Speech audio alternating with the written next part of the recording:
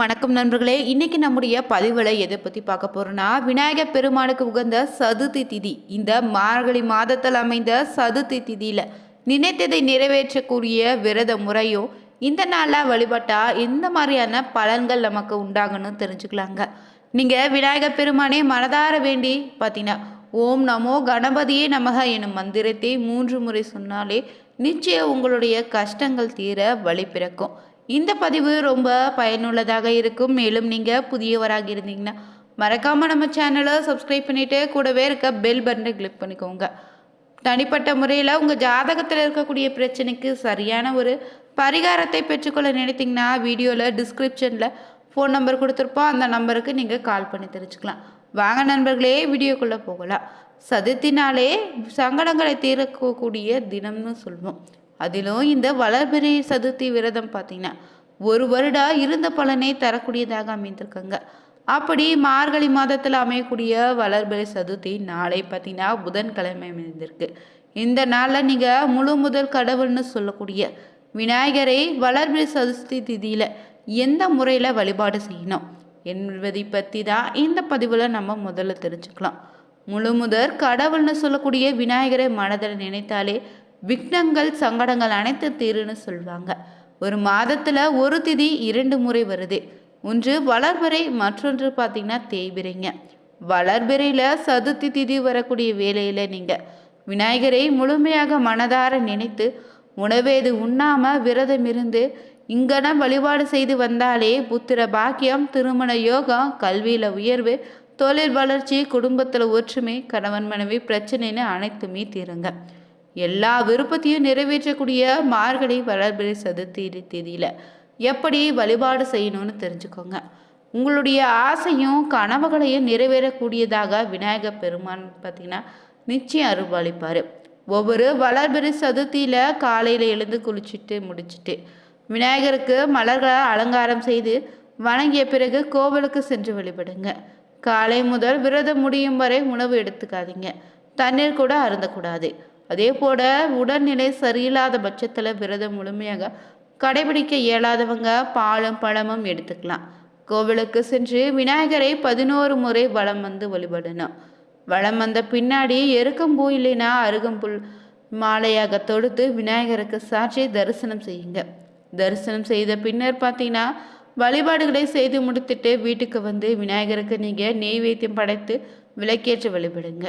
இந்த நாளில் விநாயகருக்கு பிடித்த நாவல் பழம், அவள், பொரி, சர்க்கரை, பால், பழம், கொழுக்கட்டை, சுண்டல், கொய்யான்னு ஏதாவது ஒன்றை நெய்வேத்தியமாக படைத்து வழிபடலாம்.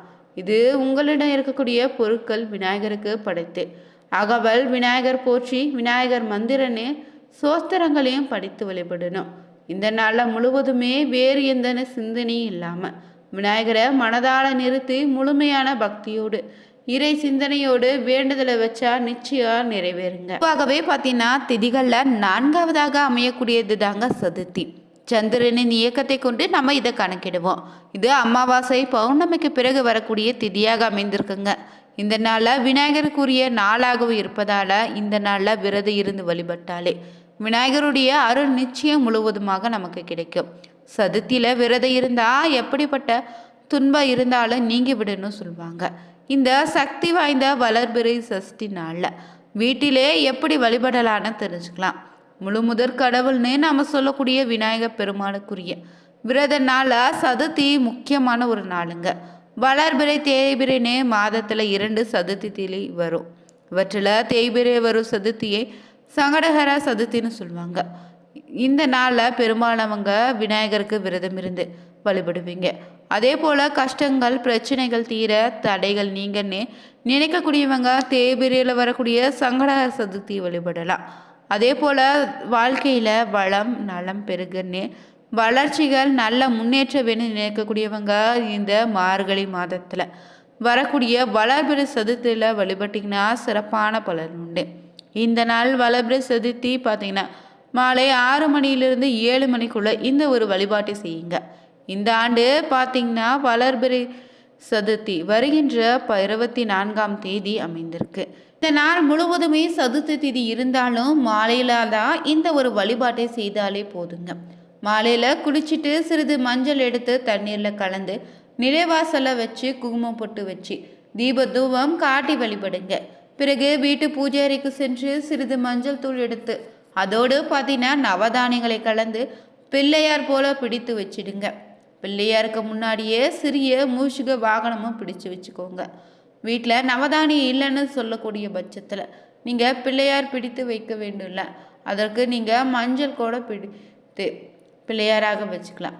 பிறகு பிள்ளையாரிடம் மனதார வேண்டிட்டு கீழே சொல்லக்கூடிய மந்திரத்தை 108 முறை சொல்லுங்க. ஸ்ரீ சக்தி கணபதியே துணை, ஸ்ரீ சக்தி கணபதியே போற்றி, ஸ்ரீ சக்தி கணபதியே சரணம் என்னும் மந்திரத்தை 108 முறை சொல்லி வழிபட்டா போதும். நீங்களே உங்கள் கைகளால் பிடித்து வைத்த நவதானியம் இல்லைன்னா மஞ்சள் விநாயகரை சக்திக்கு அதிகம் இருப்பதால் மந்திரங்களை உருவேற்றிய பிறகு ஆராத்தி காட்டி வழிபடுங்க. இந்த நவதானிய விநாயகரை அப்படியே 2 நாட்கள் பூஜை அறையில் அப்படியே வச்சுட்டு 3வது நாளை எடுத்து சென்று வீட்டில் செடி இருந்தால் அதில் கரைத்திடுங்க. வளர்பிறை சதுர்த்தி அன்று இந்த வழிபாடு செய்தீங்கன்னா நிச்சயம் பலவிதமான மாற்றத்தையும் உங்கள் வாழ்க்கையில் பார்த்தீங்கன்னா முன்னேற்றமும் உண்டாகும். பொதுவாகவே இந்த மார்கழி மாதம் முழுவதுமே வீட்டு வாயில அதிகாலையில் விளக்கேற்றி வழிபடுவது அனைத்து சௌபாக்கியத்தை ஏற்படுத்துன்னு சொல்லுவாங்க.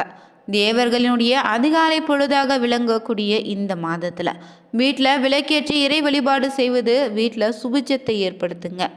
விளக்கை எப்படி ஏற்ற வேண்டும், அந்த தீபம் எப்படி இருக்கணும்னு இந்த பதிவில் தொடர்ந்து நம்ம பார்க்குறோம். விளக்கை ஏற்றும் போது அதற்கு விளக்கெண்ணெய், நெய் இல்லைன்னா நல்லெண்ணெய் மட்டும்தான் பயன்படுத்தணுமா. இந்த பொருட்களை உபயோகிக்கும் போது மட்டும்தாங்க விளக்கில் தீபத்தில் ஒளி வட்டம் வெளிப்படும். இந்த ஒளிவட்டத்தினால் நாம் வசிக்கக்கூடிய இடம் சுத்தமாகும், நமக்கு நன்மையை தரக்கூடிய வாய்ப்பு அதிகரிக்குங்க. இந்த விளக்கேற்றி வழிபாடு செய்வதால் வீட்டில் பார்த்தீங்கன்னா மகிழ்ச்சி உண்டாகும். அதே போல் விளக்குகளில் காமாட்சி விளக்கு, பாவை விளக்கு, அன்னபட்சி விளக்கு, அகல், செம்பு, வெள்ளி விளக்கு, நில விளக்குன்னு பல வகை இருக்குது. தினமுமே நீங்கள் காலை மாலைனே விளக்கேற்றும் போது பயன்படக்கூடிய விளக்கு ஒன்றை எடுத்து வச்சுக்கோங்க. இதில் சிலர் ஒற்றை திரி, இரட்டை திரி, 4 திரி, 5 திரின்னு போட்டு ஏற்றுவீங்க. பஞ்சு திரி, வாழைத்தண்டு திரி, நூல் திரி, இப்படி பல திரிகளை விளக்கு ஏற்றுவது தனித்தனியான பலன்கள் உண்டுங்க. விநாயகர் பெருமானை வழிபாடு செய்வதற்கு கால நேரம் கிழமைன்னு எதுவுமே நம்ம பார்க்க தேவையில்லைங்க. எப்போது வேண்டாலும் தினமும் கூட நம்ம வழிபடலாம். நவகிரகங்களையே தன்னடக்கத்தை கொண்ட விநாயகர் பெருமானை நம்ம அனுதினமும் வழிபாடு செய்தாலே நமக்கு இருக்கக்கூடிய பலவிதமான பிரச்சனைகளும் தீர்வதோடு தடைகளும் விலகி ஓடுன்னு சொல்லுவாங்க. அப்படிப்பட்ட விநாயகர் பெருமாளுக்குரிய திதி தாங்க இந்த சதுர்த்தி திதி. இந்த நாளில் நம்ம செய்யக்கூடிய வழிபாடு பல மடங்கு திரும்ப பலனை தரும்னு சொல்லுவாங்க. அந்த வகையில் பார்த்தீங்கன்னா இந்த மார்கழி மாத வளர்பிறை திதி 24ஆம் தேதி புதன்கிழமை அமைந்திருக்கு. இந்த நாளில் பார்த்தீங்கன்னா உங்கள் வீட்டு பூஜை அறையில் சிறிய தாம்பூலத்தட்டை எடுத்து வச்சுட்டு அதில் சுத்தமான விபூதியை பரப்பி அதற்கு நடுவே ஒரு அகல் விளக்கு வச்சுக்கோங்க. அந்த அகல் விளக்கில் சுத்தமான நெய் ஊற்றி பஞ்சுத்திரி போட்டு மேற்கு திசை பார்த்தவாறு விநாயகர் பெருமாளுக்கு முன்னாடியே இந்த தீபத்தை ஏற்றணும். இந்த தீபம் ஏற்றி முடித்த பிறகு விநாயகர் பெருமானுக்குன்னு ஒரே ஒரு அருகம்புல்லை சமர்ப்பணம் செய்துட்டு அவருடன் நிம்மதியான வாழ்க்கை வாழ வேண்டும், தடைகள் அனைத்து விலக வேண்டுன்னு முழு மனதோடு வேண்டிக்கிட்டு 9 முறை தோப்புக்கரணம் போடுங்க.